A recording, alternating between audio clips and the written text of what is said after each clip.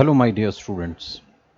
A very warm welcome in today's class of Income under the Head Capital Gains. दोस्तों last class में हम लोग अपने पास capital gain में मेथड ऑफ कंप्यूटेशन डिस्कस कर रहे थे, जिसमें हमने ये पढ़ा था कि हमें अपने पास कैपिटल गेन की कैलकुलेशन कैसे करनी होती है। हमने इंडेक्सेशन का कंसेप्ट पढ़ा था और क्वेश्चन नंबर 1, 2, 3 सॉल्व किए थे और 4, 5, 6 मैंने आपसे कहा था कि आपको ट्राई करने हैं। वो बिल्कुल सेम पैटर्न पे मैं उम्मीद करता हूं आपने कर लिए होंगे। आज हम अगला कंसेप्ट अपना शुरू करने जा रहे हैं और एक एग्जाम्पल के जरिए हम इस बात को समझना शुरू करेंगे। आइए तो दोस्तों सोचिए, एक पर्टिकुलर पर्सन मिस्टर ए, इन्होंने एक बिल्डिंग परचेज की।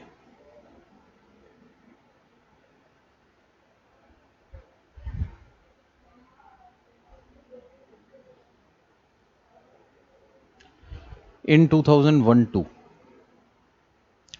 और ये बिल्डिंग इन्होंने अपने पास खरीदी, मान लेता हूं 10 लाख रुपए की।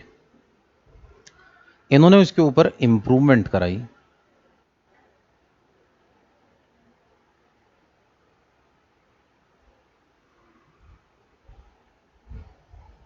2004-5 में, और इंप्रूवमेंट पर एक मिनट के लिए एज्यूम कर लेते हैं कि इनका खर्चा हुआ 15 लाख रुपए का। और इन 2019-20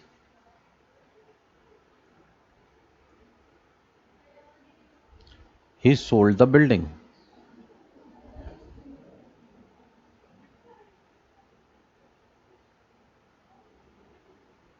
for rupees 40 lakhs या 60 lakhs रुपीज ले लेते हैं। he sold the building for rupees 60 lakhs। दोस्तों अब हम इनका प्रॉफिट कैलकुलेट करना चाहते हैं, बताइए कैसे करें। तो देखिए, ग्रॉस और नेट सेल प्रोसीड्स हमें क्वेश्चन में गिवन है।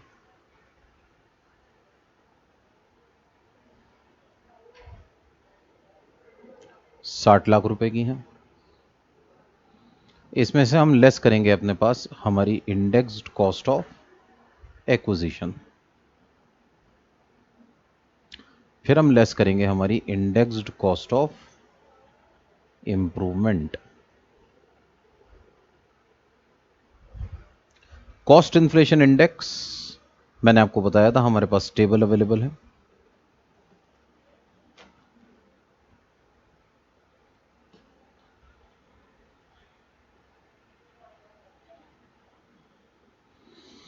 दो हजार एक दो का है 100, करंट ईयर का है हमारे पास 289, और 2004-5 में हमने इसके ऊपर इंप्रूवमेंट कराई है। 2004-5 का है 113।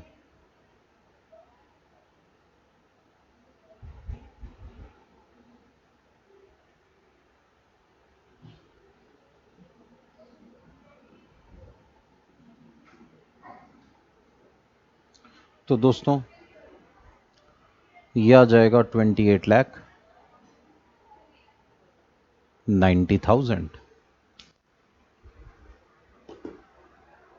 और इंडेक्स कॉस्ट ऑफ इंप्रूवमेंट हम कैलकुलेट कर लेते हैं। 15 lakhs multiplied by 289 divided by 113, यह आएगा 38,36,283।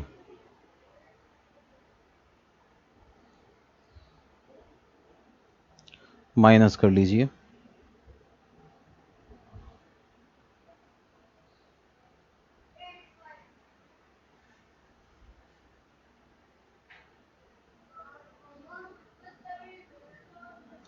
तो दोस्तों 7,26,283 का लॉस आ जाएगा। लॉस,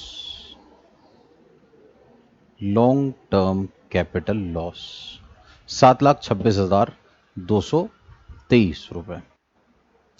अब आज जो नई बात हम डिस्कस करने जा रहे हैं वो ये है कि सोचिए, मिस्टर ए ने बिल्डिंग परचेज की 2001-2 में 10 लाख रुपए की। इन्होंने इसकी इंप्रूवमेंट के ऊपर खर्चा किया 15 लाख रुपए। और सोचिए, on 1 January 2020 mister A died, इनकी डेथ हो जाती है। अब जब इनकी डेथ होती है तो ये बिल्डिंग इनके बाद इनके बेटे मिस्टर ए वन को मिल जाती है। अब मिस्टर ए वन इस बिल्डिंग के मालिक हो गए।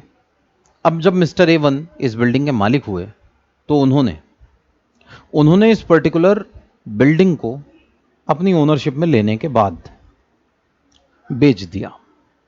मिस्टर ए, इन्होंने अपने पास बिल्डिंग को परचेज किया था 2001-2 में, और इनकी डेथ के बाद इनकी ये बिल्डिंग इनके बेटे को इनहेरिटेंस में मिल गई। मिस्टर ए वन ये थोड़े नालायक टाइप के थे। इन्होंने पिताजी की 13वीं तक इंतजार किया और 14 जैन को इन्होंने बिल्डिंग को बेच दिया 60 लाख में, और ये चले गए गोवा 60 लाख रुपए के साथ। ठीक है, गलत ना समझे, गोवा में इनका घर था। तो मुद्दा यह है कि अब सोचिए, 60 लाख रुपीस में इन्होंने बिल्डिंग को बेचा। अब मैं अपने पास कैलकुलेशन करना चाहता हूं कि मिस्टर ए वन को कितना प्रॉफिट हुआ। इन्होंने बिल्डिंग बेची 60 लाख की, एक्सपेंस तो ऑन ट्रांसफर है नहीं। अब मेरा आपसे सवाल यह था कि बताइए, मिस्टर ए वन ने बिल्डिंग कितने रुपए देकर खरीदी? तो भाई इन्होंने तो कोई पैसे दिए नहीं, तो इनकी कॉस्ट ऑफ एक्विजिशन तो कुछ हो ही नहीं पाएगी। इन्होंने इस बिल्डिंग के ऊपर कोई इंप्रूवमेंट भी नहीं कराया, और क्योंकि इन्होंने इंप्रूवमेंट नहीं कराया इसलिए इनकी कॉस्ट ऑफ इंप्रूवमेंट भी निल हो गई। इस तरह से देखा जाए तो इनका प्रॉफिट आ जाएगा 60 लाख रुपए का। ध्यान से देखिए, बिल्डिंग इनके पास आई 1 जैन को, इन्होंने बेची 14 जैन को। इसका मतलब इनके पास ये बिल्डिंग रही फॉर 13 डेज। 13 दिन के बाद इन्होंने इस बिल्डिंग को बेच दिया। दोस्तों, 13 दिन के बाद बेचा है तो इस हिसाब से तो ये शॉर्ट टर्म हो गई, और क्योंकि building short term capital asset है इसलिए ये प्रॉफिट भी शॉर्ट टर्म कैपिटल गेन हो जाएगा। और याद कीजिए, मैंने आपको बताया था, जब भी हमें शॉर्ट टर्म कैपिटल गेन होता है ना, तो इसके ऊपर टैक्स हमें स्लैब रेट से देना होता है। और स्लैब रेट पहले निल, फिर 10%, फिर 5%, फिर 20%, और बढ़ते बढ़ते बढ़ते 30% पे हो जाते हैं दोस्तों। मतलब अगर मैं 60 लाख पर 30% के हिसाब से टैक्स लगाऊंगा तो इनको तो 18 लाख रुपए का टैक्स देना पड़ेगा। इनकम 50 लाख से ज्यादा की है, 10% का सरचार्ज भी देना होगा, और 4% का हेल्थ एंड एजुकेशन सेस भी देना होगा। मतलब ये कि इनका लगभग 20 लाख रुपए के आसपास का टैक्स चला जाएगा। सोचिए, ये तो बड़ी जेन्युइन हार्डशिप है एसएससी के साथ।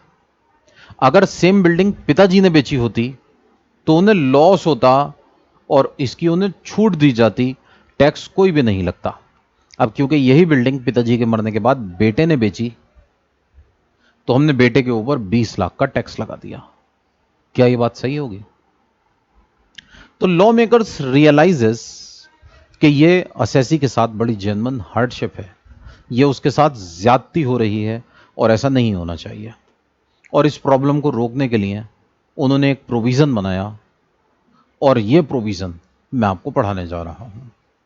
सोचिए, मिस्टर ए वन ने इस बिल्डिंग के लिए कितनी कॉस्ट ऑफ एक्विजिशन पे की? तो आप कहेंगे सर इन्होंने तो कुछ पे ही नहीं किया। लेकिन लॉ मेकर ने कहा सर इन्होंने तो पे नहीं किया, लेकिन इनके पिताजी मिस्टर ए ने तो पे किया। और क्योंकि मिस्टर ए ने पेमेंट किया है, इसलिए यह कहना कि भाई मिस्टर ए वन के लिए यह एसेट फ्री का, दिस इज रॉन्ग। सोचिए, जब मैं छोटा था मेरी कोई इनकम नहीं होती थी, उस टाइम पर जो सामान भी मैं खरीदता था या मेरे लिए चाहिए होता था, वो मेरे फादर परचेस किया करते थे। ऐसे में यह कह देना कि जी बेटे के लिए यह सामान फ्री का हो गया क्योंकि पापा ने पे किया, दिस इज रॉन्ग। ऐसे में इनकम टैक्स ने कहा सर पापा के पैसों में और बेटे के पैसों में कोई फर्क नहीं होता, तो मिस्टर ए वन के लिए इस एसेट की कॉस्ट ऑफ एक्विजिशन हम बिल्कुल वही मानने को तैयार हैं जो मिस्टर ए ने पे की है। बिल्कुल इसी तरह से अगर हम बात करें कॉस्ट ऑफ इंप्रूवमेंट की, तो मिस्टर ए वन ने कोई इंप्रूवमेंट बिल्डिंग के ऊपर नहीं कराई, लेकिन दोस्तों मिस्टर ए ने तो कराई है। ऐसे में इनकी कॉस्ट ऑफ इंप्रूवमेंट में हम पिताजी की कॉस्ट ऑफ इंप्रूवमेंट को लेने को तैयार हैं। और बिल्कुल इसी तरह से यह कह देना कि यह बिल्डिंग मिस्टर ए वन के पास 13 दिन रही, this is also wrong. Mister A one के पास 13 दिन रही, लेकिन पिताजी के पास तो 20 साल थी। पिताजी ने खरीदी थी 2001 में और पिताजी की डेथ हुई 2020 में, तो 2001 से 2020 का टाइम पीरियड क्या छोड़ दूं? इनकम टैक्स एक्ट कहता है नहीं। जब हम मिस्टर ए वन के लिए पीरियड ऑफ होल्डिंग निकालेंगे तो वो ए वन का पीरियड ऑफ होल्डिंग हम 1 जनवरी से नहीं देखेंगे, बल्कि दोस्तों हम एसेट की डेट ऑफ परचेज से पीरियड ऑफ होल्डिंग लेकर चलेंगे जब ये एसेट मिस्टर ए ने परचेज किया था। तो ऐसे में जब हम अपने पास कैलकुलेशन करेंगे तो ध्यान से देखिएगा, ये जितनी बातें मैंने आपको बताई इसको हम एक नाम दे देते हैं और ये नाम है concept of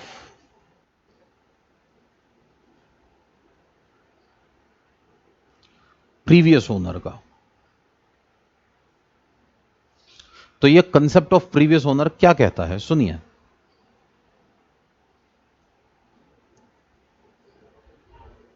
if any assessee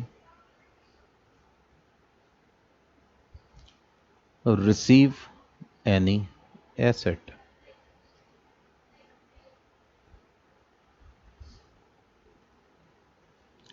by the way of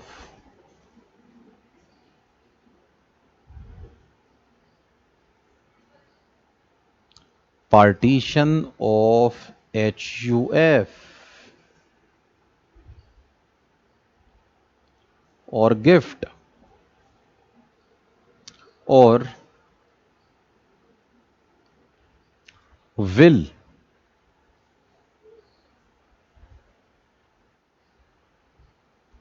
inheritance etcetera.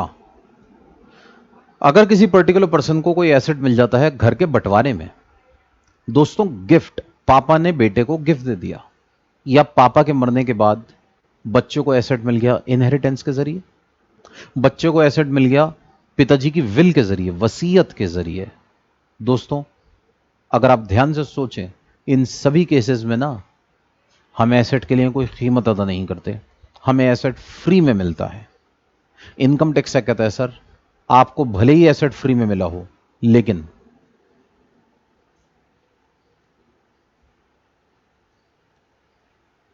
इसकी जो कॉस्ट ऑफ एक्विजिशन होगी ना, वो वही कॉस्ट ऑफ एक्विजिशन होगी, shall be the cost for which asset is acquired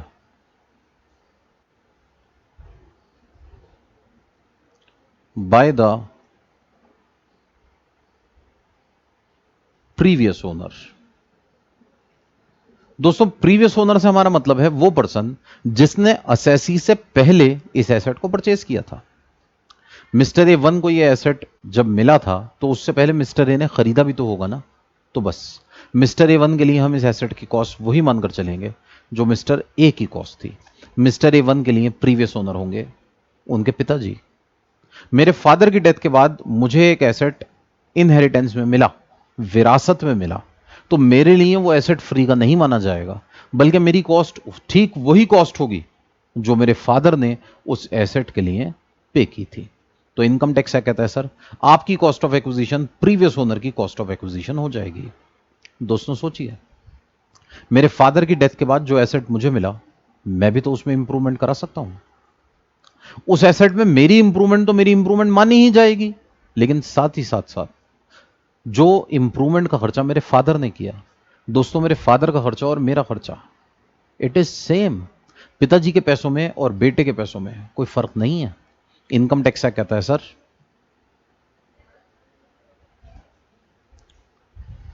cost of improvement for current owner shall also includes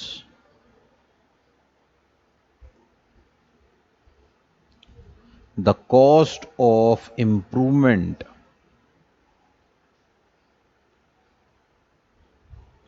incurred by the previous owner। जो previous owner ने cost of improvement पर खर्चा किया है वो आपकी cost of improvement में शामिल कर लिया जाएगा। और आखिरी बात,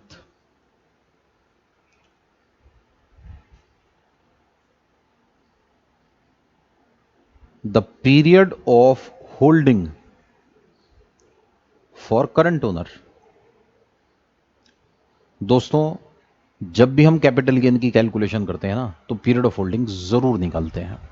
आपका जो भी पीरियड ऑफ होल्डिंग होगा करंट ओनर का, shell also includes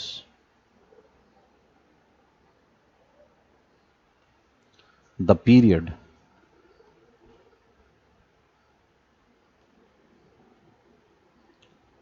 for which asset is held by the previous owner। जितने टाइम तक एसेट प्रीवियस ओनर के पास था वो टाइम पीरियड हम करंट ओनर के पीरियड ऑफ होल्डिंग में शामिल कर लेंगे। जैसा मैं आपको अभी एग्जांपल में बता रहा था, मिस्टर ए ने एसेट परचेज किया था 2001-2 में, तो जब आप पीरियड ऑफ होल्डिंग निकालेंगे मिस्टर ए वन के लिए, ए वन दोस्तों ए वन उनके बेटे के लिए, तो पिताजी का पीरियड ऑफ होल्डिंग भी शामिल किया जाएगा। हमारा पीरियड ऑफ होल्डिंग स्टार्टिंग से देखा जाएगा जब फादर ने ये एसेट परचेज किया था। इस कंसेप्ट को हम कहते हैं दोस्तों कंसेप्ट ऑफ प्रीवियस ओनर। यहां पर एक और इश्यू हो सकता है, सोचिए, जरूरी थोड़ी है एसेट पिताजी खरीदें, दादाजी भी तो खरीद सकते हैं। दादाजी की डेथ के बाद एक एसेट मिला पिताजी को और पिताजी की डेथ के बाद वो आ गया बेटे के पास, तो अब बेटे का प्रीवियस ओनर कौन? पिताजी। और पिताजी का प्रीवियस ओनर दादाजी। दादाजी की कॉस्ट पापा की कॉस्ट ऑफ एक्विजिशन बनेगी और पापा की कॉस्ट ऑफ एक्विजिशन बेटे की कॉस्ट ऑफ एक्विजिशन बनेगी। जितना भी इंप्रूवमेंट के ऊपर खर्चा किया है दादाजी ने और पापा ने, वो दोनों इंक्लूड हो जाएंगे बेटे की कॉस्ट ऑफ इंप्रूवमेंट में। और साथ ही साथ पीरियड ऑफ होल्डिंग कैलकुलेट करते हुए पापा का पीरियड ऑफ होल्डिंग और दादाजी का पीरियड ऑफ होल्डिंग बेटे के पीरियड ऑफ होल्डिंग के अंदर इंक्लूड कर लिया जाएगा। तो आइए दोस्तों एक बार इस प्रोविजन को हम पीपीटी में स्टडी करते हैं और फिर हम आगे बात करते हैं। तो हम शुरू करने जा रहे हैं concept of previous owner. In the following cases cost of acquisition for current owner shall be deemed to be the cost for which previous owner of the property acquired it। Section 49 subsection 1। दोस्तों जो previous owner की cost of acquisition होगी वो current owner की cost of acquisition बन जाएगी। To this cost the cost of improvement to the asset incurred by the previous owner और the assessee shall also be included। Cost of acquisition के साथ हम cost of improvement की भी तो छूट देते हैं ना, तो वो cost of improvement current owner ने की हो, असेसी ने, या प्रीवियस ओनर ने की हो, दोनों इंक्लूड कर ली जाएंगी। तो प्रोविजन क्या कहता है? Where the capital asset become the property of the assessee on any distribution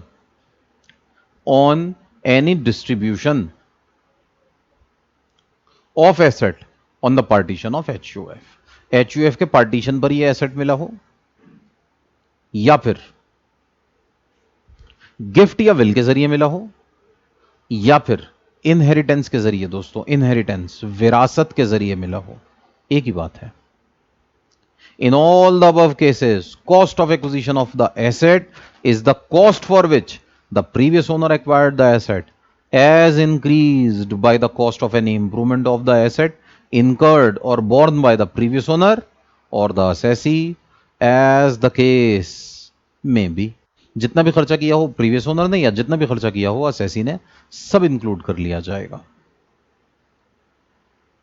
note, for determining the nature of capital gain in the hands of the assessee who acquired the capital asset by way of a transaction referred above, the period for which the asset was held by the previous owner shall also be considered। अभी मैंने आपको बताया जो भी हमारे पास खर्चा हो रहा है वो खर्चा प्रीवियस ओनर का ले लिया जाएगा, कॉस्ट ऑफ एक्विजिशन और कॉस्ट ऑफ इंप्रूवमेंट का, और साथ ही साथ पीरियड ऑफ होल्डिंग में भी हम अपने पास प्रीवियस ओनर का पीरियड ऑफ होल्डिंग इंक्लूड कर कर चलेंगे।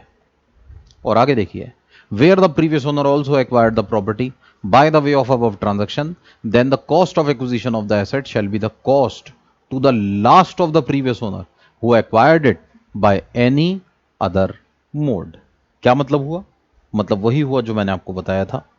अगर हमारे पास ये प्रॉपर्टी आने से पहले हमारे प्रीवियस ओनर को भी सक्सेशन के जरिए मिली हो, मतलब बेटे के पास आई पिताजी से और पिताजी के पास आई थी दादाजी से, तो फिर इस पर्टिकुलर सिचुएशन में हम ये कह रहे हैं कि हम जो अपने पास पीरियड ऑफ होल्डिंग लेंगे वो पीरियड ऑफ होल्डिंग हम अपने पास प्रीवियस ओनर से लेकर चलेंगे।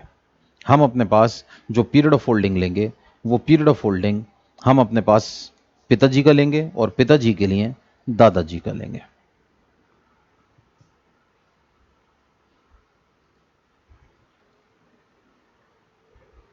तो आइए दोस्तों, अब हम स्टार्ट करने जा रहे हैं प्रीवियस ओनर के ऊपर questions.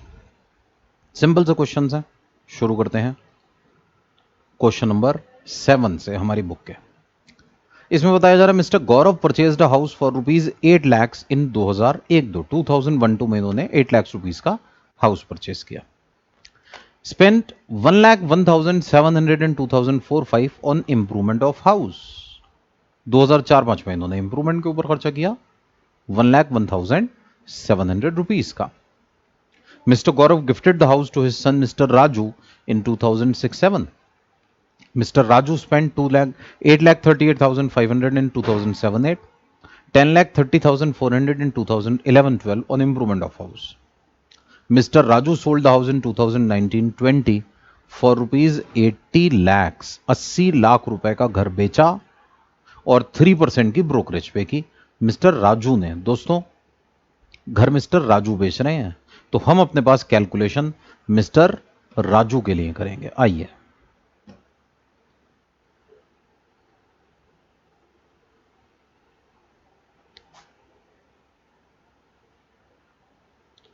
statement showing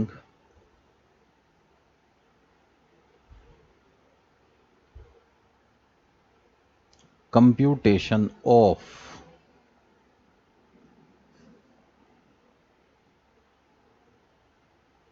income under the head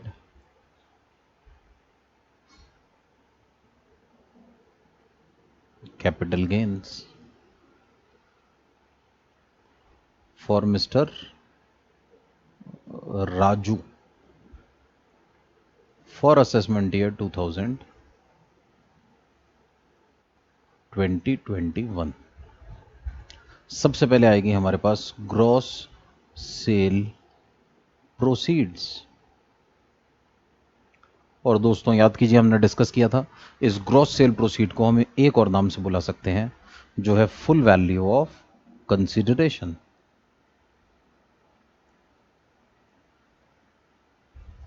हमें दी हुई है 80 लाख रुपए। 80 लाख रुपए का इन्होंने घर बेचा है। लेस कीजिए एक्सपेंसेस ऑन ट्रांसफर।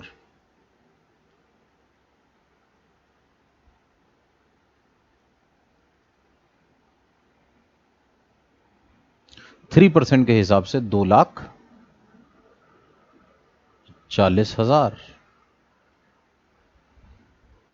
माइनस करेंगे तो ये आएगा हमारे पास 77,60,000 रुपीज। ये आ गई हमारे पास हमारी नेट सेल प्रोसीड्स। अब देखिए जैसा कि हमें क्वेश्चन में बताया जा रहा है। मिस्टर राजू को ये जो घर मिला है, इसके ऊपर इन्होंने इंप्रूवमेंट कराई है 8,38,500 की 2007-8 में, 10,30,400 रुपए की 2011-12 में। इसके अलावा दोस्तों, इनकी जो कॉस्ट ऑफ एक्विजिशन होगी ना, वो वही होगी जो जो इनके पिताजी मिस्टर गौरव ने कराई थी, 8 लाख रुपीज 2001-2 में। मतलब जब इसका इंडेक्सेशन करेंगे तो मल्टीप्लाई करेंगे 289 से और डिवाइड करेंगे 100 से। तो 8 लाख को मल्टीप्लाई कीजिए 289 से और डिवाइड कीजिए 100 से।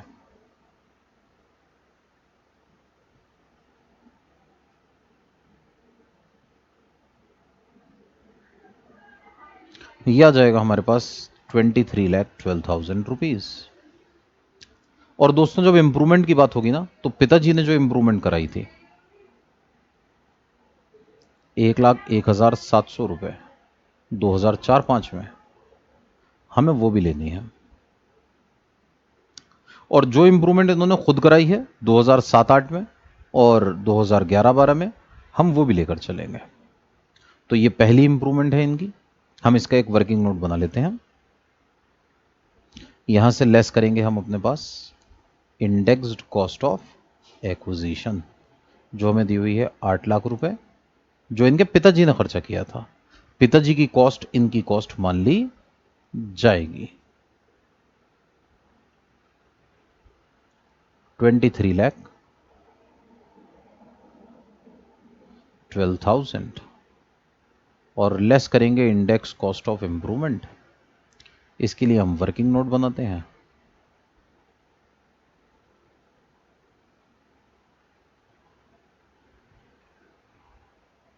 ये जो कुछ भी आएगा दोस्तों, यही होगा हमारा लॉन्ग टर्म कैपिटल गेन, क्योंकि हमारा period of holding is more than 24 months.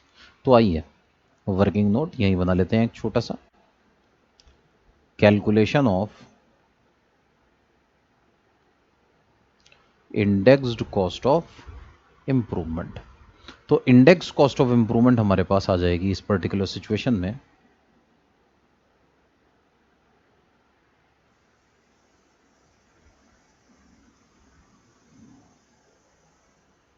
दोस्तों, पहली इंप्रूवमेंट 1,01,700 रुपए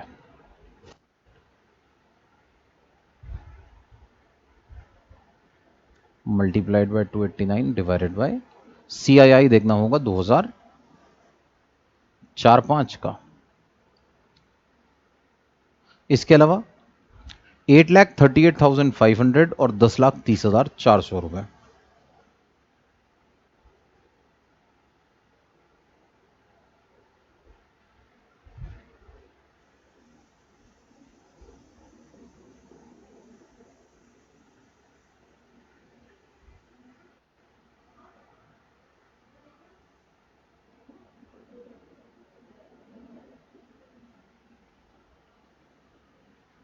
तो दोस्तों, में CII चाहिए 2004-5 का, 2007-8 का और 2011-12 का।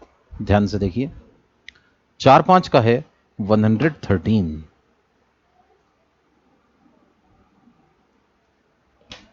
तो CII फॉर 2004-5 इज 113।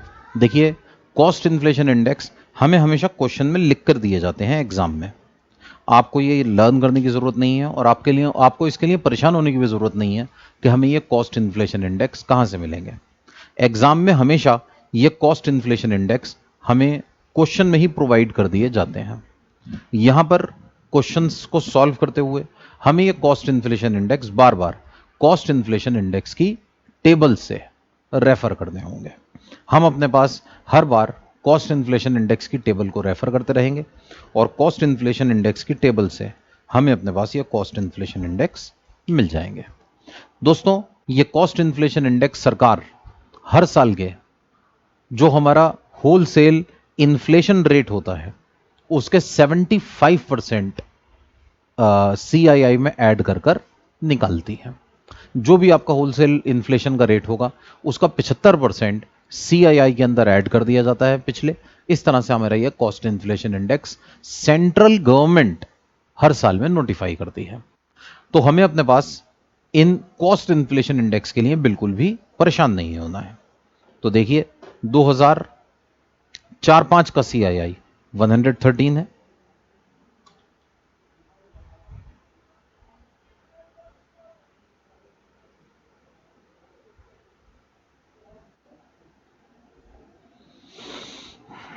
2007-8 और 2011-12। 7-8 का है दोस्तों 129 और 11-12 का है 184। तो 129 एंड 184।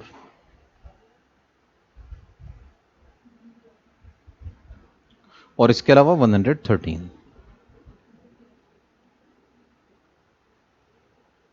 आइए कैलकुलेशन कर लेते हैं। तो 1,01,700 multiplied by 289 divided by 113 is 2,60,100. 8,38,500 multiplied by 289 divided by 129 is 18,78,500. और लास्ट है 10,30,400 मल्टीप्लाइड बाय 289 डिवाइडेड बाय 184 16,18,400।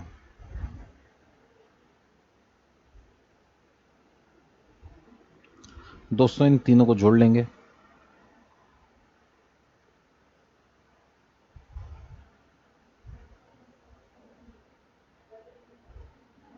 तो ये आएगा हमारे पास 37,57,000 37,57,000 रुपए।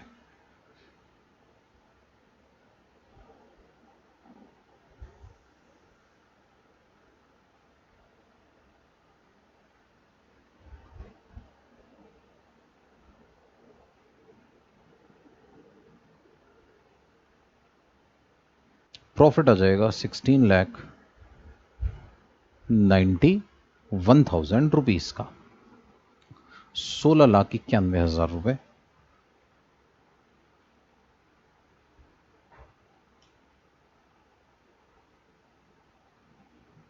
ये हमारा लॉन्ग टर्म कैपिटल गेन हो जाएगा। ठीक है, इसी तरह से देखिए क्वेश्चन नंबर 8। इसमें बता रहे हैं mister Prakash sold house property on 30th November 2019 for ₹10 lakhs। इन्होंने एक प्रॉपर्टी को बेचा है 10 लाख रुपए में। आगे बता रहे हैं इनको ये प्रॉपर्टी इनके पिताजी से मिली थी एक विल के जरिए, और इन्होंने इसके ऊपर खर्चा किया था 40,950 रुपए का 2005-6 में ऑन इंप्रूवमेंट। आगे बता रहे हैं ये प्रॉपर्टी इनके पिताजी मिस्टर ओम प्रकाश ने 1.5 लाख रुपए की खरीदी थी 2001-2 में। तो दोस्तों हमें अपने पास कैपिटल गेन कैलकुलेट करना है। सेल प्रोसीड हमें दी हुई है 10 लाख रुपए की, माइनस करना है हमें अपने पास कॉस्ट ऑफ एक्विजिशन। एक्सपेंस तो ऑन ट्रांसफर है नहीं, कॉस्ट ऑफ एक्विजिशन 1.5 लाख रुपए का है, into CII for the year of transfer 289 divided by CII for the year of improvement 100। तो अब 1,50,000 को मल्टीप्लाई कीजिए 289 से, डिवाइड कीजिए 100 से।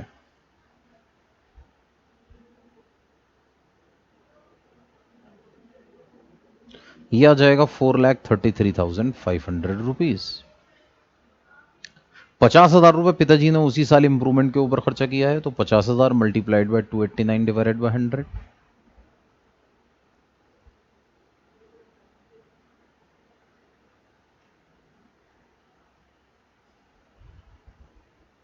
यह आ जाएगा 1,44,500।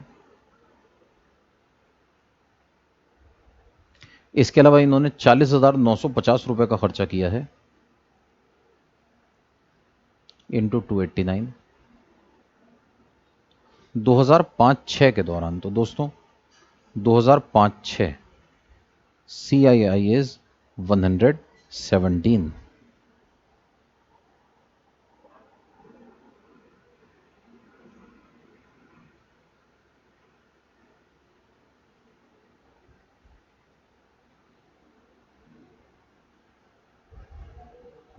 40,950 मल्टीप्लाइड बाय 289 डिवाइडेड बाय 117, ये आ जाएगा 101,150। तो ध्यान से देखिए, cost of acquisition indexed minus करनी है हमें, ये आ रही है 4,33,500।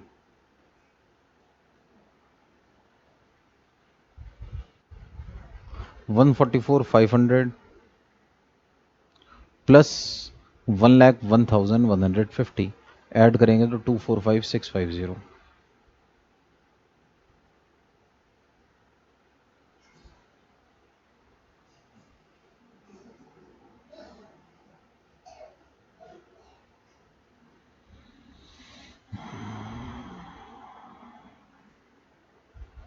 ₹3,20,850।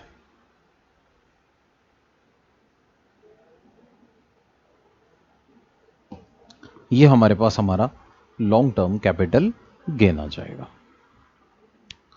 ठीक है दोस्तों, इसी तरह से देखिए question number 9। Mister A purchased a house in 2012 for 6 lakhs। इन्होंने इसके ऊपर इंप्रूवमेंट कराया है 847,500 का 2004-5 में, 1,16,100 रुपए का 2007-8 में, और इसके बाद इन्होंने घर बेच दिया 50 लाख में। नॉर्मल कैलकुलेशन है, हमारे पास ग्रॉस सेल प्रोसीड आ जाएगी 50 लाख, यही हमारी नेट सेल प्रोसीड हो जाएगी। इंडेक्स कॉस्ट ऑफ एक्विजिशन और इंडेक्स कॉस्ट ऑफ इंप्रूवमेंट हम कैलकुलेट कर लेंगे।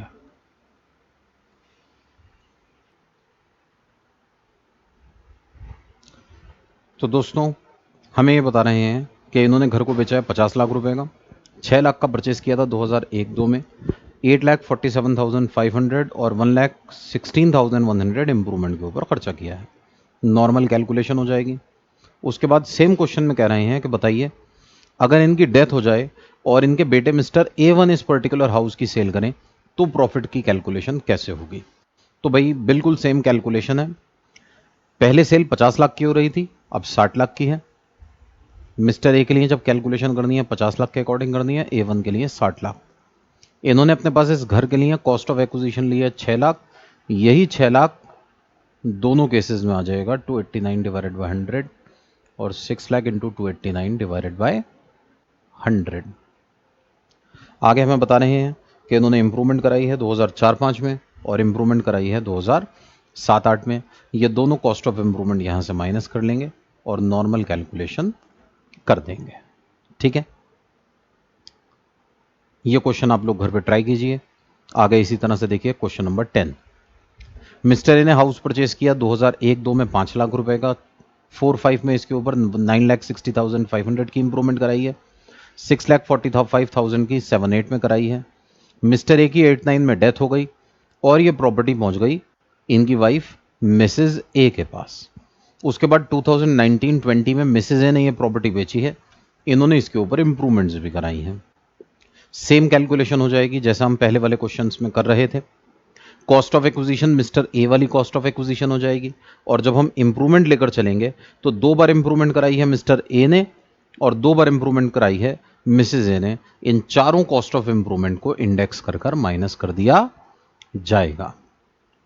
बिल्कुल इसी तरह से देखिए question number 11। Mister A purchased a house in 2001-2 for 7 lakh and spent 4,14,200 in 2003-4, 6,95,400 in 2006-7 on improvement of house. Mr. A died in 2007-8 and this property is passed to Mrs. A. She spent 6,45,000 in 2007-8. Mrs. A gifted the house to her brother mister B. अब इन्होंने अपने पास ये particular house mister B को दे दिया। देखिए जैसा भी हमने थोड़ी देर पहले डिस्कस किया था, अब हमारे पास यहां पर प्रीवियस ओनर 2 हो गए।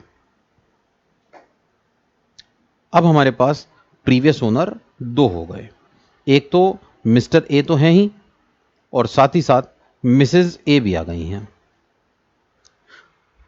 अब ध्यान से देखिए, मिस्टर ए से ये हाउस गया मिसेज ए के पास और मिसेज ए से यह हाउस गया इनके भाई मिस्टर बी के पास। तो अब मिस्टर बी के लिए कॉस्ट ऑफ एक्विजिशन मिसेज ए वाली होगी और मिसेज ए के लिए मिस्टर ए वाली। तो इसीलिए मिस्टर बी की कॉस्ट ऑफ एक्विजिशन हम मिस्टर ए वाली लेकर चलेंगे। जितनी भी इंप्रूवमेंट कराई है मिस्टर बी ने वो ली जाएगी।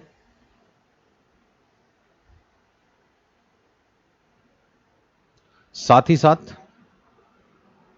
मिस्टर ए की कॉस्ट ऑफ इंप्रूवमेंट और मिसेज ए की कॉस्ट ऑफ इंप्रूवमेंट ये भी इसके अंदर शामिल कर ली जाएगी।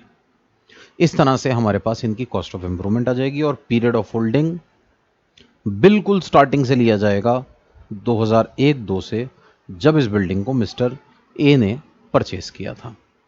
सिंपल कैलकुलेशन हमारे पास हो जाएगी।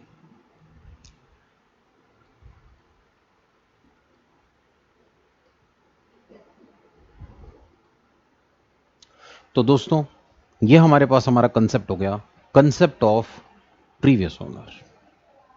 अब हम अपना अगला कंसेप्ट शुरू करने जा रहे हैं। सोचिए, हमने अपने पास लास्ट क्लास से इंडेक्सेशन के बारे में बात करना शुरू की थी। हमने कहा था कि हमारी जो भी कॉस्ट ऑफ एक्विजिशन होगी हम उसे इंडेक्स करेंगे अगर लॉन्ग टर्म कैपिटल एसेट हुआ तो। हमारी जो भी कॉस्ट ऑफ इंप्रूवमेंट होगी हम उसे इंडेक्स करेंगे अगर हमारे पास लॉन्ग टर्म कैपिटल एसेट हुआ तो। अब सवाल ये उठता है कि हमारे पास इंडेक्सेशन के लिए जो कॉस्ट इन्फ्लेशन इंडेक्स है दोस्तों वो अवेलेबल है 2001-2 से। ध्यान से देखिए, हमारे पास कॉस्ट इन्फ्लेशन इंडेक्स 2001-2 से अवेलेबल है। इससे पहले का कॉस्ट इन्फ्लेशन इंडेक्स हमारे पास अवेलेबल नहीं है। तो अब सोचिए, मान लीजिए हमारे पास एक पर्टिकुलर एसेट है और ये एसेट हमने अपने पास परचेज किया है 2001-2 से पहले। मान लीजिए मैं एक बिल्डिंग परचेज करता हूं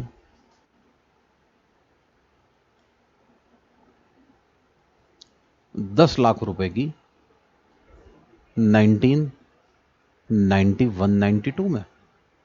सोचिए, अगर बिल्डिंग 91-92 में परचेज की गई है 10 लाख रुपए की और आज बेची जा रही है 2019-20 में, मान लेते हैं 1 करोड़ रुपए की। दोस्तों अब परेशानी यह है कि 1991-92 के लिए तो कॉस्ट इन्फ्लेशन इंडेक्स अवेलेबल ही नहीं है और बिना कॉस्ट इन्फ्लेशन इंडेक्स के हम अपने पास इंडेक्सेशन नहीं कर सकते। तो it is a very major problem. अब सवाल यह उठता है कि जब कॉस्ट इन्फ्लेशन इंडेक्स हमारे पास अवेलेबल ही नहीं है तो हम कैलकुलेशन इंडेक्सेशन की करें कैसे। दोस्तों सोचिए, सीआईआई देना किसकी जिम्मेदारी है? तो सीआईआई, जैसे मैंने अभी आपको बहुत डिटेल में बताया, यह हमें सेंट्रल गवर्नमेंट बताती है। सेंट्रल गवर्नमेंट ने हमें कॉस्ट इन्फ्लेशन इंडेक्स 2001-2 से दिए हैं, उससे पहले के कॉस्ट इन्फ्लेशन इंडेक्स अवेलेबल नहीं है। ऐसे में यह कह देना कि जी 1991-92 का इंडेक्सेशन हम तो नहीं करा रहे हैं, हम तो 2001-2 से करेंगे। तो अगर आप 2001-2 से कैलकुलेशन करेंगे तो 10 लाख इंटू 289 डिवाइडेड बाय 100, ये होगा 28,90,000 रुपीज।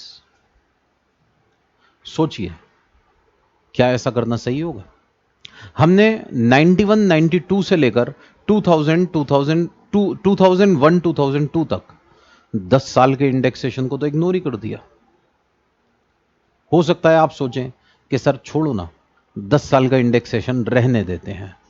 तो दोस्तों फिर मैं आपसे कहूंगा, सोचिए, यह एसेट मिस्टर ए ने नहीं, उनके दादाजी के दादाजी ने खरीदा था 1891-92 में। क्या अब 10 साल के बजाय 110 साल को भी आप इग्नोर करने को तैयार हैं?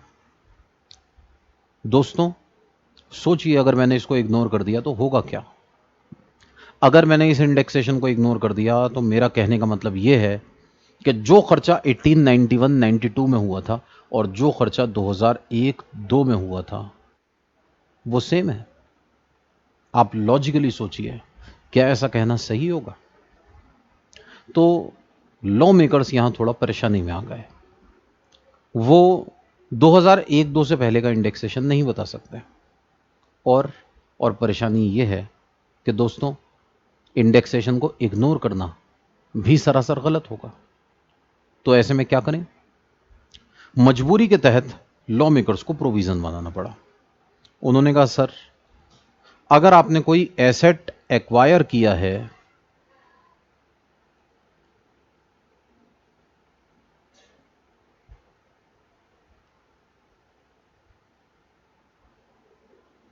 Before 1 April 2001,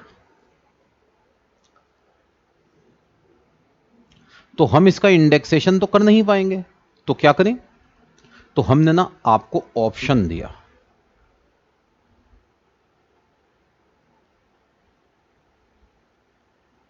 if any asset is acquired by the assessee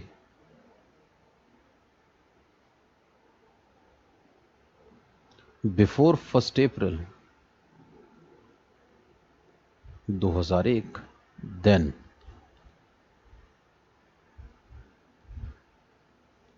its cost of acquisition shall be। ध्यान से देखिएगा, हमने कहा सर हम फेयर मार्केट वैल्यू ले लेंगे। फेयर मार्केट वैल्यू दोस्तों ऑफ एसेट ऑन 1 अप्रैल 2001। इस एसेट की जो भी फेयर मार्केट वैल्यू होगी ना 1 अप्रैल 2001 को, हम वो आपकी कॉस्ट ऑफ एक्विजिशन मान लेंगे। मतलब ध्यान से देखिए, हमने बिल्डिंग खरीदी थी 1991-92 में 10 लाख रुपए की। इनकम टैक्स क्या कहता है सर, ये बता दो कि 1 अप्रैल 2001 को इसकी मार्केट में वैल्यू कितनी थी, इसकी फेयर मार्केट वैल्यू कितनी थी। हमने कहा सर फेयर मार्केट वैल्यू ना इसकी 25 लाख रुपए थी। इनकम टैक्स ने कहा बस ये 25 लाख रुपए आपकी कॉस्ट ऑफ एक्विजिशन मान ली जाएगी। तो इस तरह से 2001-2 से पहले बिल्डिंग की वैल्यू जितनी भी बड़ी थी हमें उसका बेनिफिट मिल जाएगा, हमें उसका इनडायरेक्टली बेनिफिट मिल जाएगा। बच्चों 2001-2 से पहले जो एसेट की वैल्यू बढ़ रही थी वो इस फेयर मार्केट वैल्यू के जरिए कवर अप हो जाएगी। लेकिन हो सकता है अब आपके माइंड में एक सवाल आए कि सर ये तो फेयर मार्केट वैल्यू है, जरूरी थोड़ी है कि बढ़े, कम भी तो हो सकती है। मान लीजिए एसेट की फेयर मार्केट वैल्यू 1 अप्रैल 2001 को 6 लाख रुपए होती तो क्या मैं असेसी की कॉस्ट ऑफ एक्विजिशन को 10 लाख से घटाकर 6 लाख कर दूं? तो बच्चों आंसर इज नो, ऐसा करना गलत होगा।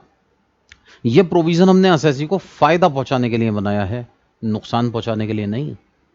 अगर आप किसी पर्सन के एसेट की कॉस्ट को घटा देते हैं तो इसकी सेल पर होने वाला प्रॉफिट बढ़ जाएगा।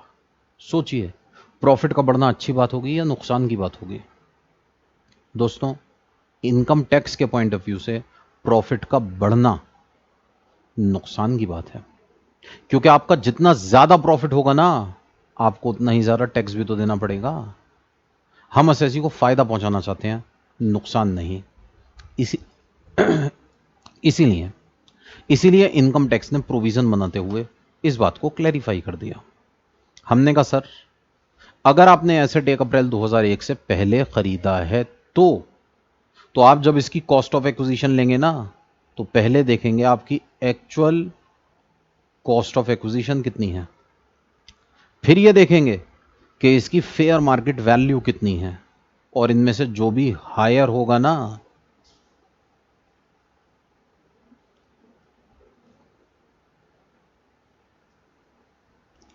दोस्तों वही आपकी कॉस्ट ऑफ एक्विजिशन माना जाएगा। मतलब मान लीजिए अगर मेरे पास 10 लाख रुपए की कॉस्ट वाली इस बिल्डिंग की फेयर मार्केट वैल्यू बढ़कर 25 लाख हो जाती है तो मेरी कॉस्ट ऑफ एक्विजिशन मानी जाएगी 25 लाख। लेकिन अगर कहीं 10 लाख रुपए वाली बिल्डिंग घट के 6 लाख की रह जाए तो आप चिंता ना करें, हम अपने पास इस बिल्डिंग की वैल्यू 6 लाख मानने को तैयार हैं।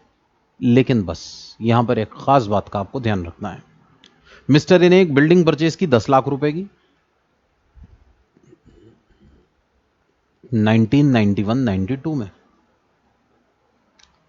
फिर इसके ऊपर इंप्रूवमेंट कराई 1996-97 में और खर्चा किया 4 लाख रुपए का। बच्चों, हमारे पास 2001 से पहले का CII अवेलेबल नहीं है। अब जब इस बिल्डिंग को ये बेचेंगे तो हम फेयर मार्केट वैल्यू निकालेंगे, और जब फेयर मार्केट वैल्यू निकालेंगे ना, तो फेयर मार्केट वैल्यू सोचिए उस बिल्डिंग की निकाली जाएगी जो इंप्रूवमेंट से पहले थी, या उस बिल्डिंग की जो इंप्रूवमेंट के बाद हुई है। एग्जाम्पल के जरिए बात करता हूं। मान लीजिए इन्होंने एक बिल्डिंग खरीदी जिसमें सिर्फ ग्राउंड फ्लोर बना हुआ था 1991-92 में। फिर इन्होंने इस बिल्डिंग के ऊपर इंप्रूवमेंट कराई और एक फ्लोर और बना दिया 1996-97 में। अब जब आप 1 अप्रैल 2001 को फेयर मार्केट वैल्यू निकालेंगे दोस्तों, वो पूरी बिल्डिंग की निकाली जाएगी। और क्योंकि फेयर मार्केट वैल्यू पूरी बिल्डिंग की निकाली जा रही है, इसलिए ध्यान से सुनिएगा, ये कॉस्ट ऑफ इंप्रूवमेंट के 4 लाख तो पहले ही इसकी FMV में जुड़ चुके होंगे। तो जब फेयर मार्केट वैल्यू में ये पैसे जुड़ चुके हैं, तो क्या इस कॉस्ट ऑफ इंप्रूवमेंट को आप दोबारा भी घटाएंगे? आंसर इज नो, आप इसे दोबारा माइनस नहीं कर सकते। यही बात मैं यहां लिखने जा रहा हूं।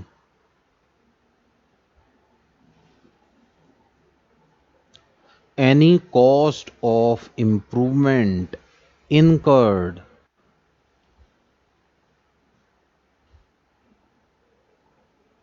before 1st April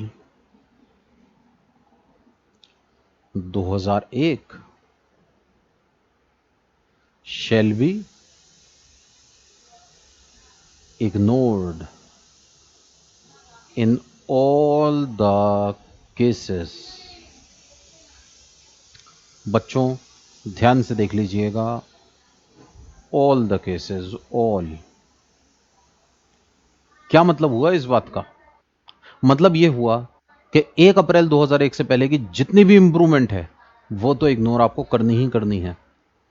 आपके पास इस एसेट की फेयर मार्केट वैल्यू बढ़कर 25 लाख हो जाए या घट के 6 लाख, ये बात मैटर नहीं करेगी। Cost of improvement incurred before 1 April 2001 must be ignored in all the cases.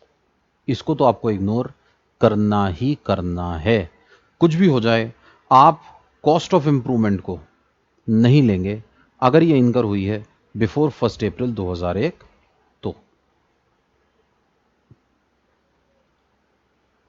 तो ये हमारे पास हमारा प्रोविजन आ गया for asset acquired before 1 April 2001।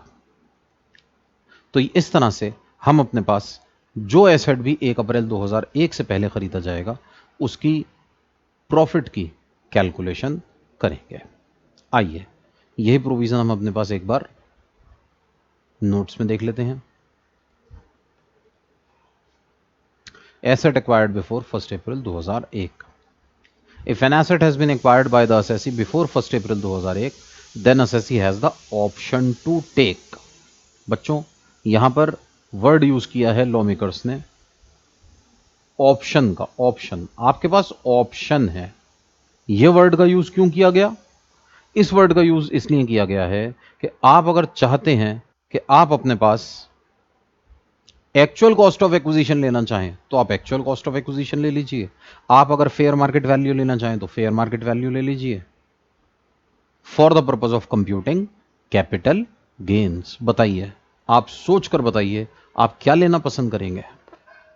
तो दोस्तों मैं बताता हूं, मैं हमेशा इसमें से हायर अमाउंट लेना पसंद करूंगा, क्योंकि जो भी हायर होगा ना वो मेरे लिए फायदेमंद होगा। कॉस्ट जितनी बढ़ेगी उतना ही फायदा होगा। लेकिन हां, एक बात याद रखिएगा, आप जो भी कॉस्ट ऑफ इंप्रूवमेंट इनकर कर रहे हैं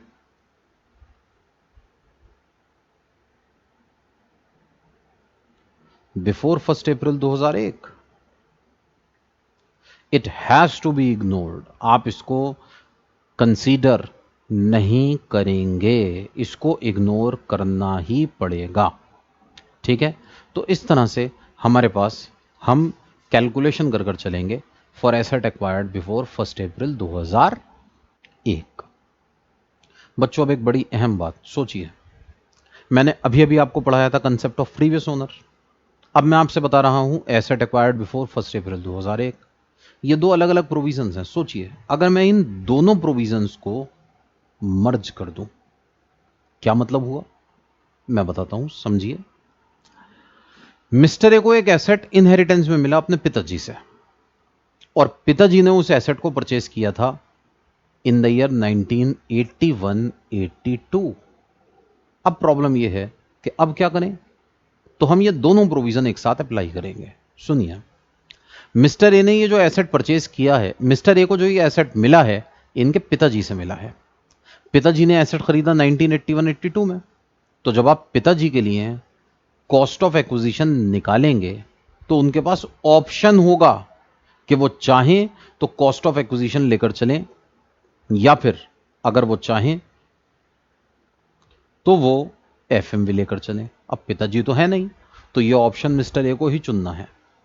वो इसमें से हायर वैल्यू ले लेंगे, और फिर मिस्टर ए के लिए कॉस्ट ऑफ एक्विजिशन पिताजी की कॉस्ट ऑफ एक्विजिशन माननी है, तो जो पिताजी की कॉस्ट ऑफ एक्विजिशन थी that is actual cost of acquisition, और FMV which ever is higher, उस हायर वैल्यू को हम मिस्टर ए के लिए कंसीडर करेंगे, और मिस्टर ए के लिए कंसीडर करके उनका कैपिटल गेन कैलकुलेट कर दिया जाएगा। मतलब अगर मिस्टर ए के पिताजी ने एसेट खरीदा 1981-82 में 10 लाख का, 2001-2 में इसकी वैल्यू आ रही है 25 लाख। हम इसमें से हायर वैल्यू लेंगे, हायर आ गया 25 लाख, ये 25 लाख की कॉस्ट ऑफ एक्विजिशन बन जाएगी मिस्टर ए की। ठीक है, तो इस तरह से हम प्रीवियस ओनर के कंसेप्ट को और एसेट एक्वायर्ड बिफोर 1 अप्रैल 2001 के कंसेप्ट को मर्ज करके भी देख सकते हैं। आइए इसके भी कुछ क्वेश्चंस डिस्कस कर लिए जाएं।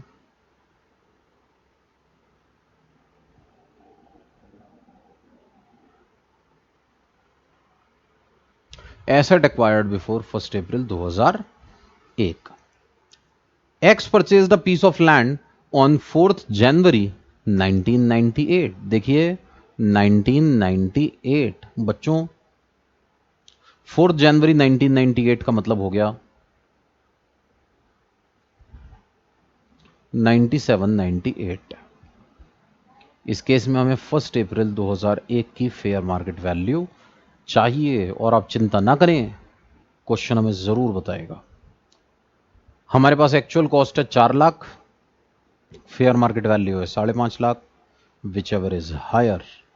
5,50,000 रुपए हमारी कॉस्ट ऑफ एक्विजिशन मानी जाएगी।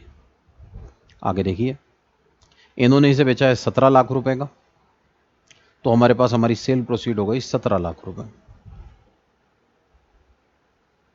2% का खर्चा हो रहा है 34,000 रुपए, माइनस कीजिए 16,66,000, और इसको इंडेक्स कर लीजिए, मल्टीप्लाइड बाय 289 डिवाइडेड बाय 100, तो 5,50,000 को मल्टीप्लाई कीजिए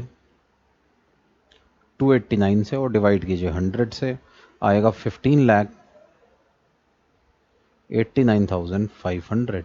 इसको माइनस कर लीजिए, 15,89,500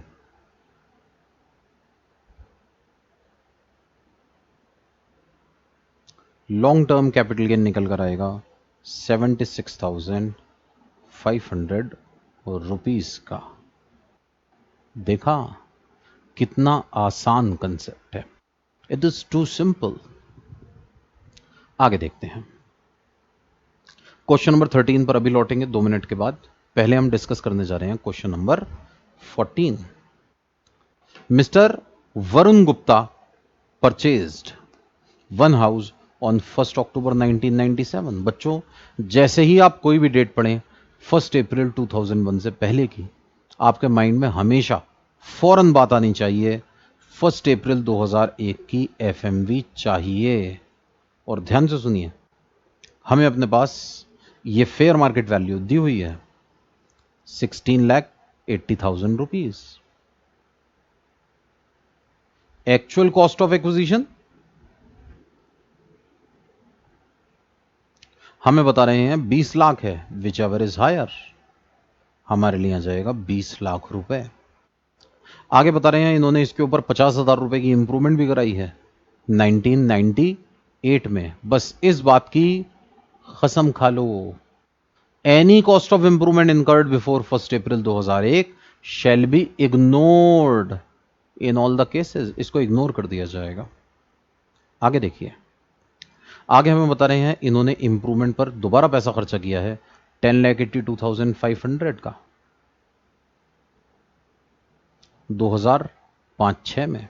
बताइए, क्या इसको भी इग्नोर कर दूं?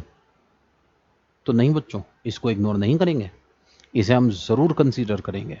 इसको आप इंडेक्स कर लीजिए, मल्टीप्लाई कीजिए 289 से, और 2005-06 का CII देखिए 117 है।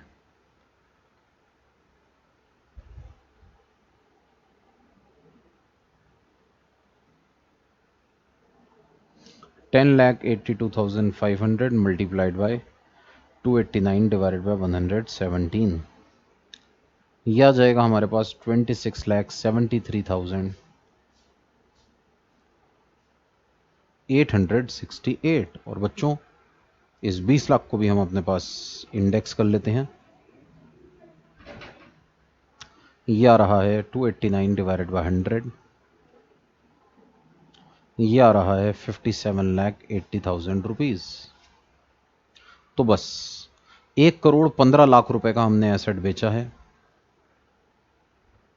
Index cost of acquisition is 57,80,000।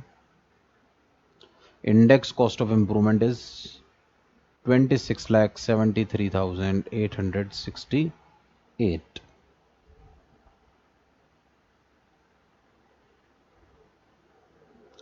तो ये हम अपने पास सब कैलकुलेशन कर सकते हैं।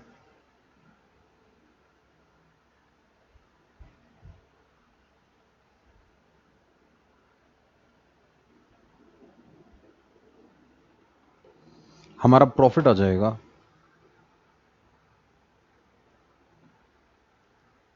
30,46,132 रुपीज का। 30,46,132 rupees shall be the amount of profit.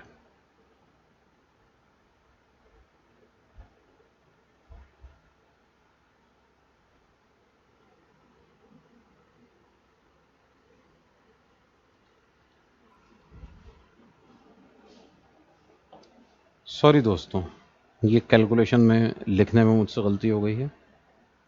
Calculator पे लिखते हुए इस 10,82,250 को मैंने गलती से 10,82,500 लिख दिया था।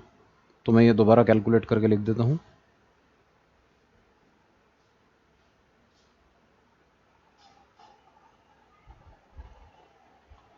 बच्चों, दिस इज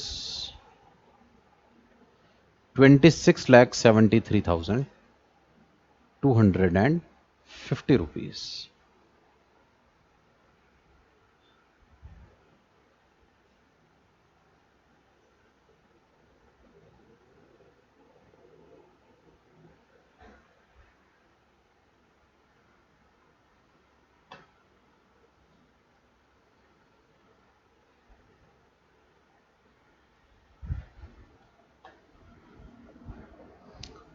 तो माइनस करेंगे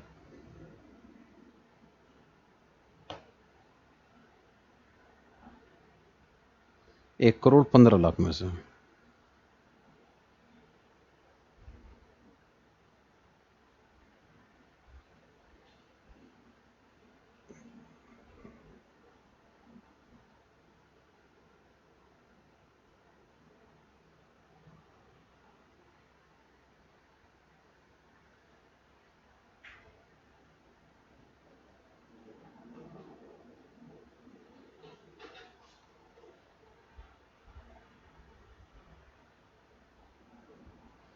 1,15,00,000 minus 57,80,000 and minus 2673,250, 30,46,750 रुपीज। ठीक है, इस तरह से हम अपने पास अपनी कैलकुलेशंस कर सकते हैं। आगे देखिए question number 15।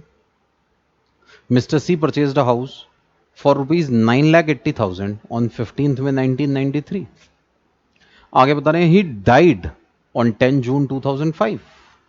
He died on 10th June 2005 and the property pass to Mrs C. दोस्तों यहां पर प्रीवियस ओनर का कंसेप्ट भी आ गया, प्लस एसेट एक्वायर्ड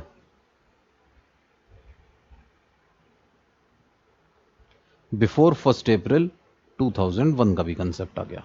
ये दोनों बातें अलग अलग हैं, इनका आपस में कोई रिलेशन नहीं है, हमें इस बात से कोई फर्क नहीं पड़ता।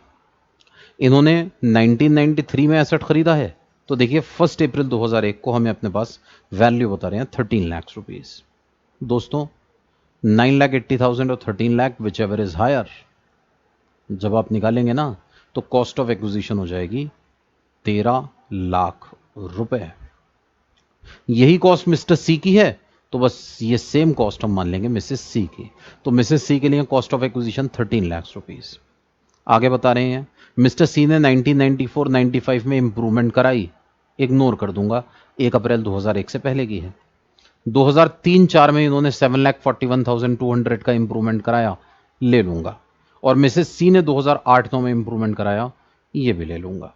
एक्सपेंस ऑन ट्रांसफर दिए हुए हैं 50,000, प्रॉपर्टी बेची जा रही है 70 लाख की, सेम कैलकुलेशन कर दी जाएगी।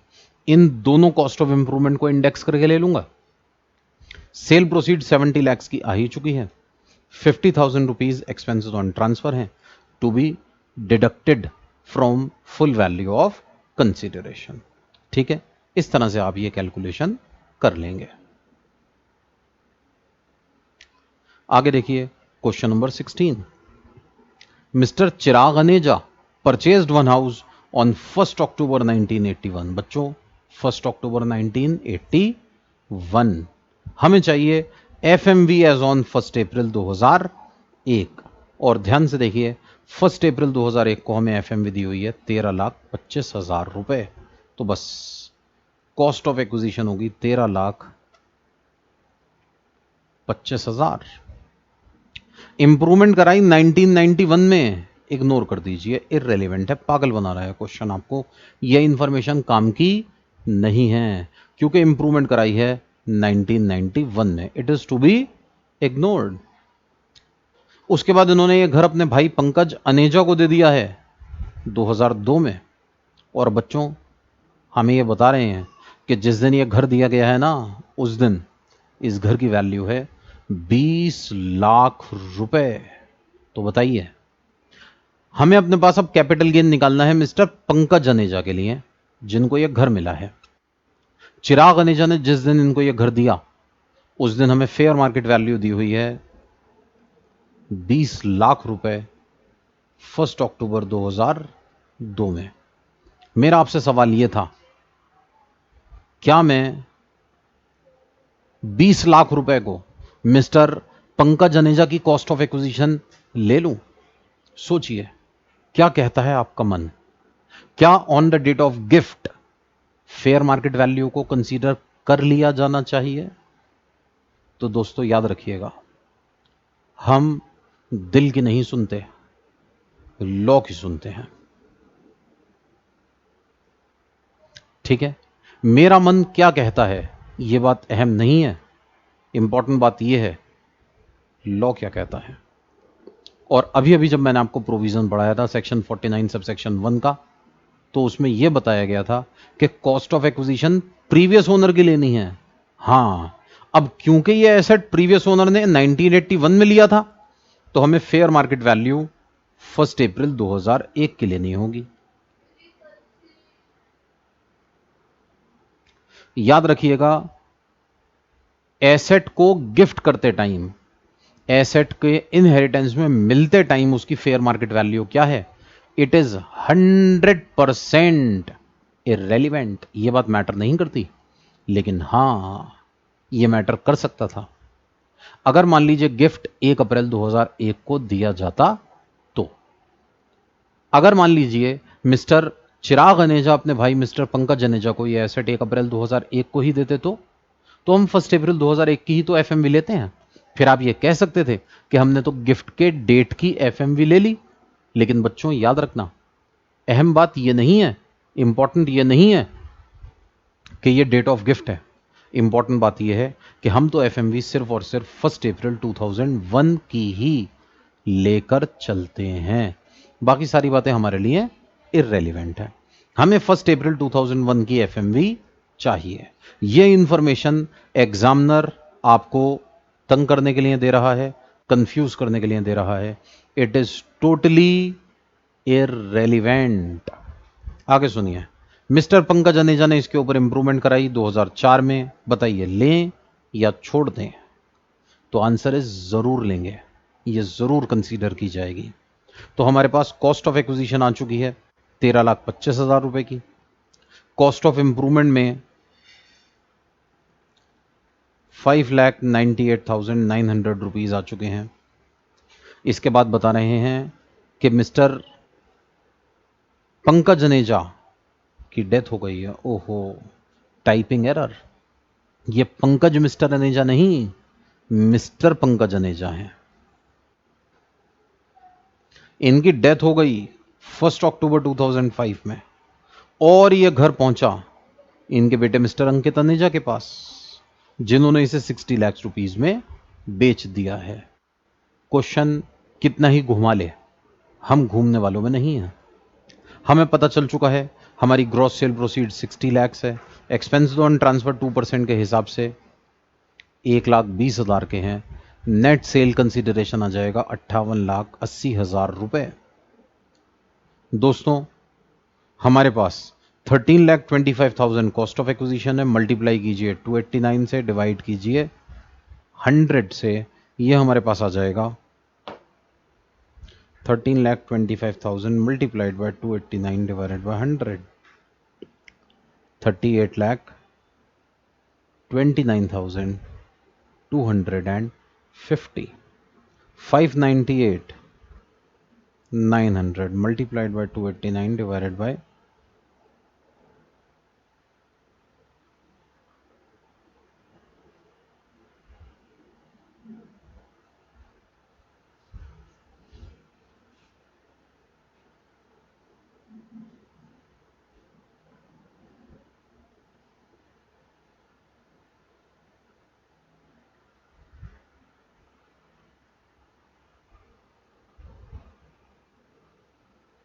multiplied by 289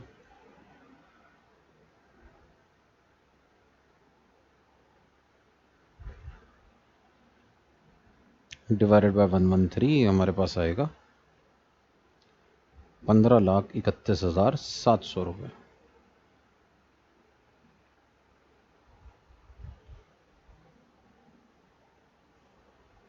माइनस करेंगे तो 519,050। This is the answer long term capital gain के लिए। ठीक है, तो दोस्तों इस तरह से हम अपना कैपिटल गेन कैलकुलेट कर सकते हैं।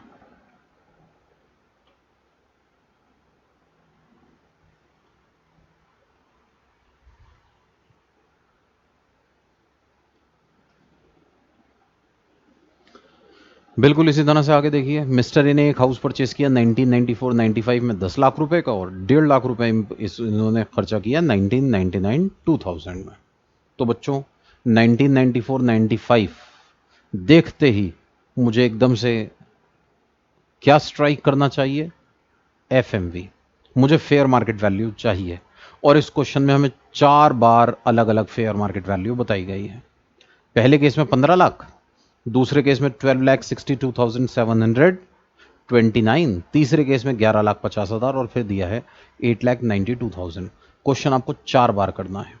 अब ये आपकी मर्जी, आप चाहें तो 4 बार अलग अलग कीजिए, नहीं तो आप कॉलम्स बना लीजिए केस नंबर 1, 2, 3, 4 का, जैसे हम हाउस प्रॉपर्टी के क्वेश्चन में कॉलम्स बनाकर करते थे। इन चारों केसेस में जब हम अपने पास अपनी वैल्यू लेकर चलेंगे कॉस्ट की, तो क्या लेकर चलेंगे, ध्यान से देखिए। 15 लाख रुपए हमें बताई जा रही है फेयर मार्केट वैल्यू, कॉस्ट है 10 लाख, तो यहां हमारे पास हमारी वैल्यू 15 लाख मानी जाएगी। सेकेंड केस में 12,62,729 मानी जाएगी। थर्ड केस में 11,50,000 मानी जाएगी। और ध्यान से सुनिए फोर्थ केस 8,92,000 और 10 lakh, which ever is higher.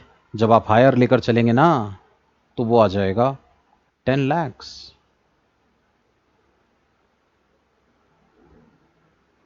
बस आगे हमें बता रहे हैं इन्होंने इंप्रूवमेंट कराई है 1999 2000 में, मतलब 1 अप्रैल 2001 से पहले। इररेलेवेंट, इग्नोर कर देंगे।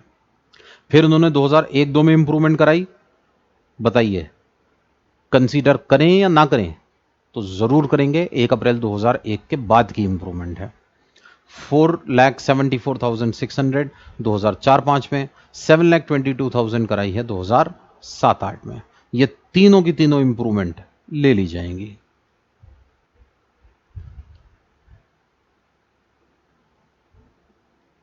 उसके बाद इनकी डेथ हो गई, प्रॉपर्टी पहुंची इनकी वाइफ मिसेज ए के पास, और जिस दिन ये एसेट मिसेज ए को मिला है ना, एफएमवी बता रहे हैं 16,50,000। बताइए क्या करें। आंसर इज, इसको इग्नोर कर दीजिए। इररेलेवेंट इंफॉर्मेशन है, पागल बना रहे हैं, और हम पागल बनने वाले नहीं हैं। हमें पता है कि on the date of death FMV नहीं चाहिए, हमें एफएमवी चाहिए 1 अप्रैल 2001 की। आगे बता रहे हैं मिसेज ए ने इसके ऊपर इंप्रूवमेंट कराया 8-9 में, 11-12 में और 18-19 में। 3 इंप्रूवमेंट हमें यहां पर दी हुई है, इसको भी लिया जाएगा। इसके बाद इन्होंने इसको 1,20,00,000 का बेच दिया है, और 2.5% का इन्होंने एक्सपेंस किया है, यह भी कंसीडर किया जाएगा। तो दोस्तों इस तरह से हम अपने पास क्वेश्चन सॉल्व कर लेंगे। ये क्वेश्चन भी आप घर पे ट्राई कीजिए, चारों केसेस में आंसर निकालिए। आइए अब एक क्वेश्चन जो हमने बीच में छोड़ दिया था, हम उसकी तरफ चलते हैं। यह क्वेश्चन छोड़ने का कोई स्पेशल पर्पस नहीं था, बस 4 अलग अलग पार्ट्स थे, मैं चाहता था बाद में कराऊं, इसलिए मैंने इसे एंड में उठाया है। ध्यान से देखिए, पहले हमें बता रहे हैं कि हमारा ये जो एसेट है ये है गोल्ड, जो हमने परचेज किया था 1 जुलाई 1997 में। हमें इसकी कॉस्ट बता रहे हैं 15 लाख, एफएमवी बता रहे हैं 12 लाख। तो विच एवर इज हायर, हमारी कॉस्ट ऑफ एक्विजिशन गोल्ड की ली जाएगी 15 लाख। कॉस्ट ऑफ इंप्रूवमेंट भी हमें दी जा रही है 30,000 है, और इंप्रूवमेंट कब कराई है, इंप्रूवमेंट कराई है 99-2000 में। दोस्तों it is to be ignored, इसका कुछ नहीं होगा। कॉस्ट ऑफ इंप्रूवमेंट नहीं ली जाएगी। हमने इसको 48 लाख का बेचा है, आप कैलकुलेशन कर सकते हैं। आगे बता रहे हैं लैंड हमने 1 अप्रैल 2000 में खरीदी थी, और कॉस्ट प्राइस 16,50,000 है, एफएमवी 20 लाख है, विच एवर इज हायर 20 लाख रुपए लिया जाएगा। बच्चों 2 लाख की इंप्रूवमेंट कराई है 2001-2 में, ध्यान से देखिए, फिर से इररेलेवेंट। 2001 1 अप्रैल 2001 से पहले का है, इसे इग्नोर कर देंगे, यह कंसीडर नहीं किया जाएगा। आगे देखिए 1 जुलाई 2004 में कॉस्ट प्राइस 11,30,000 है रेसिडेंशियल हाउस का। ध्यान से सुनिए, यह घर 1 जुलाई 2004 को खरीदा है बच्चों, मतलब ये 1 अप्रैल 2001 से पहले का एसेट नहीं है, तो यहां तो प्रोविजन अप्लाई ही नहीं होगा। हमारी कॉस्ट ऑफ एक्विजिशन नॉर्मल आ जाएगी 11,30,000। और इंप्रूवमेंट बताइए 2001 से पहले का है या बाद का। अरे जब एसेट ही नहीं था 1 अप्रैल 2001 से पहले, तो इंप्रूवमेंट कैसे कराओगे। तो इसमें इंप्रूवमेंट भी ले ली जाएगी 5,26,500 रुपए की। आगे की कैलकुलेशन नॉर्मल है, आप कर सकते हैं। और आखिरी बात सुनिए, पर्सनल म्यूजिक सिस्टम, पर्सनल बच्चों, पर्सनल, इनके पास एक म्यूजिक सिस्टम है जो इनके पास इनके पर्सनल यूज में आता है। ठीक है, ऐसे में अगर पर्सनल म्यूजिक सिस्टम बेचूंगा तो याद कीजिए, एक्सेप्शंस ऑफ कैपिटल एसेट, ये तो पर्सनल इफेक्ट है। पर्सनल इफेक्ट की सेल के ऊपर कैपिटल गेन कैलकुलेट ही नहीं होगा। ना फायदा निकालूंगा ना नुकसान निकालूंगा, no calculation is to be done, इसे इग्नोर कर दीजिए। ठीक है, तो इस तरह से अब आप क्वेश्चन नंबर 13 भी ट्राई कर सकते हैं।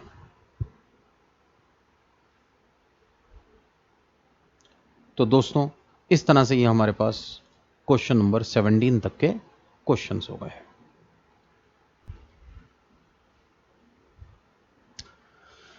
तो दोस्तों, ये हमारे पास हमारा कंसेप्ट कंप्लीट होता है एसेट एक्वायर्ड बिफोर 1 अप्रैल 2001 का। तो अभी हमने दो प्रोविज़न अपने पास बड़े इंपॉर्टेंट डिस्कस किए, जिसमें हमने अपने पास प्रीवियस ओनर का कंसेप्ट डिस्कस किया और asset acquired before 1 April 2001 discuss किया।